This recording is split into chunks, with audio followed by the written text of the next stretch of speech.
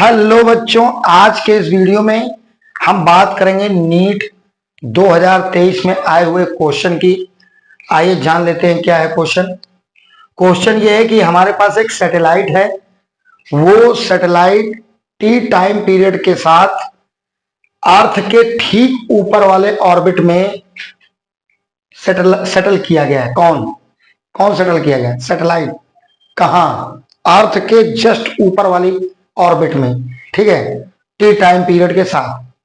हमसे कह रहा है कि यदि अर्थ की डेंसिटी, यानी कि ये हमारे पास अगर अर्थ है तो इसकी जो डेंसिटी है, यानी कि जो घनत्व है इसका, उसकी जो डेंसिटी अर्थ की वो डी है, और कह रहा है कि ग्रेविटेशनल कांस्टेंट जो है वो जी है।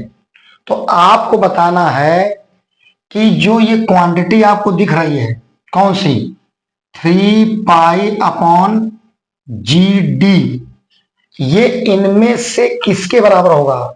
√T के बराबर होगा कि T के बराबर होगा कि T² के बराबर होगा कि T³ के बराबर होगा? बताइए भाई।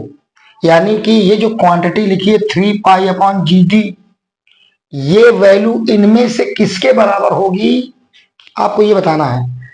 तो आपने एक टाइम पीरियड का फार्मूला पढ़ा था कि अगर कोई सैटेलाइट अर्थ के एकदम नजदीक चक्कर लगा रहा हो, एक बार फिर से ध्यान रखिए, आपने एक फार्मूला पढ़ा होगा कि अगर कोई सैटेलाइट अर्थ के एकदम नजदीक चक्कर लगा रहा हो, मतलब एकदम यहां पर चक्कर लगा रहा, पृथ्वी की सतह के जस्ट ऊपर, यानी कि h बराबर 0 हो, तो आपने एक टाइम पीरियड का फार्मूला पढ़ा होगा, T बराबर √3π/G रो।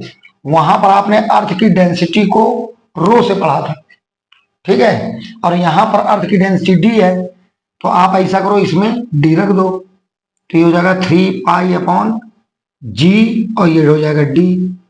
अब एक काम करो, ऑन स्क्वायरिंग बोथ साइड कर दो, दोनों साइड का स्क्वायर कर दो। तो जब इसका स्क्वायर करोगे तो यहां आ जाएगा T², और इसका स्क्वायर करोगे तो आ जाएगा 3π/GD। अच्छा, हमको वैल्यू शायद इसी की चाहिए, 3π/GD। तो बताइए 3π/GD किसके बराबर होगा? T² के। तो कौन सा ऑप्शन सही होगा? थर्ड वाला सही होगा। कुल मिला के उसने आपसे ये पूछ लिया नीट 2023 में कि आपको अगर कोई सैटेलाइट अर्थ के नजदीक चक्कर लगा रहा है तो क्या उसके टाइम पीरियड का आपको फार्मूला मालूम है? अगर मालूम है तभी ये क्वांटिटी आपको निकल पाएगी डायरेक्ट, ठीक है। स्क्रीनशॉट ले लीजिए। तो बच्चों, मिलते हैं इसी तरह के एक और अच्छे क्वेश्चन के साथ जो आया हुआ होगा नीट में।